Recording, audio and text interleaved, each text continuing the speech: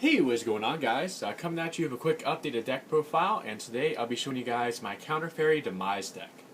So starting off with the Counter Fairies, we have the triple Bountiful Artemis and the triple Guardian Ariadne. Next, we have the two Archfiend Eccentric. Not only goes a walking MST, but also as a high scale pendulum that you can dump out of your hand for card demise, and also use as a high scale for your pendulum summons. Then for the Draco engine, we have the one Luster, one Master, and finally the two Lector.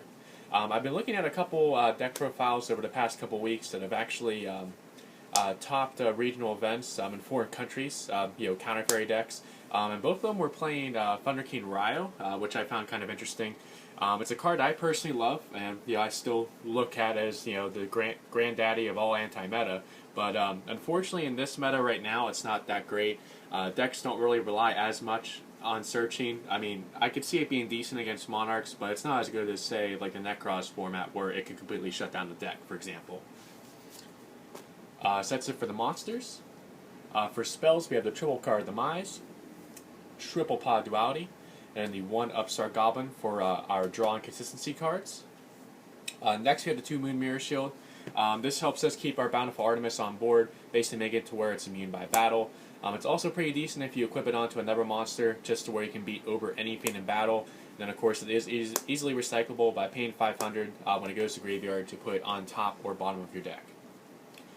Then for the new addition to the deck, we have the two Necro Valley. I really like this in the main because it's a really good card against the meta right now. Good against Burning Abyss, good against PK Fire, good against Cosmo, pretty decent against Monarchs. And what's really important for this deck that likes to fill up its back row of counter traps is that it is a floodgate that doesn't take up any of your back row slots since it is a field spell. Then for one of the spells, we have the one Draco Face-Off, of course giving us that 50-50 shot at getting Luster in our Pendulum Zone along with Ariadne. And finally the one Regeki. So that's it for spells. For traps, we have the Solemn Quartet with the 3 Solemn Strike and the 1 Solemn Warning. Do keep in mind that these are cost-free with Guardian Ariadne. Next, we have the free Ultimate Providence, which we don't have to pay this card cost for with Ariadne, which makes it just a free Solemn Judgment. Next, we have the 2 Chaos Trap Hole.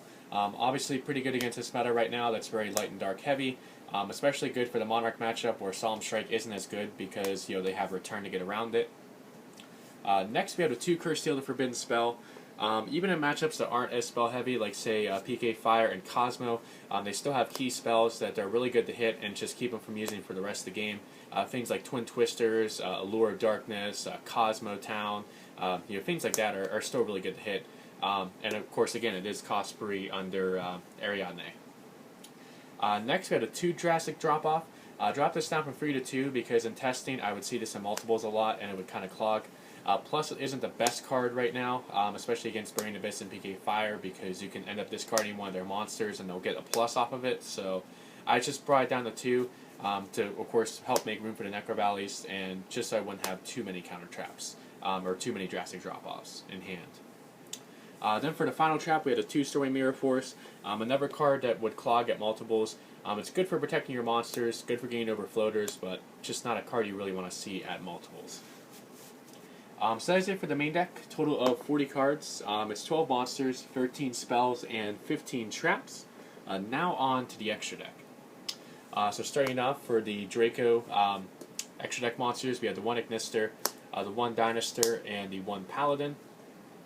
Then for rank 4s, we have Abyss Dweller, Castell, Dagusta Emerald, Dark Rebellion, Diamond Dire Wolf, Fairy Cheergirl, Cowboy, Silent Honor Arc, Giant Hand, the combo of Utopia and Utopia to Lightning, and finally the 1 Starliege Pal Dynamo. The only real thing I'd consider changing about the extra deck would be maybe taking out a Dagusta Emerald for like a Constellar Omega, or maybe for like a Utopia Ray or Utopia Prime, just to have an extra material for Lightning. I have made a couple changes from the last deck profile, biggest one being the Fairy Cheergirl. It's actually really good to go into with a Bountiful and Ariadne. Just being able to detach one to draw a card is really good, especially when it can draw you into like an Ariadne or a Bountiful or even like one of your counter traps. So that's it for the extra deck. Now to wrap it up with the side deck. So starting off, we have the free MST for annoying back row, especially Roll Decree. The 1 Dark Hole, if we're going second, need to get over a big board. The triple Imperial Iron Wall for Cosmo. Triple Massacre Restrict for Monarch. The newest addition to the side deck is 2 Debunk. This is here for the Mermail matchup, since Chaos Shrapnel doesn't really do a lot against them. And this just shuts down all their hand and graveyard effects. Then we still have the 2 Wiretap. I like this over, say, 7 Tools of the Bandit or Dark Bribe, just because it shuffles the trap away into the deck. So, like, traps like the Phantom Knight cards or Fire Lake that either could have effects that go off in the graveyard, or, like, with Fire Lake, it could be recycled by Dante. You just don't allow them to go to the graveyard to where it's harder for them to get access to.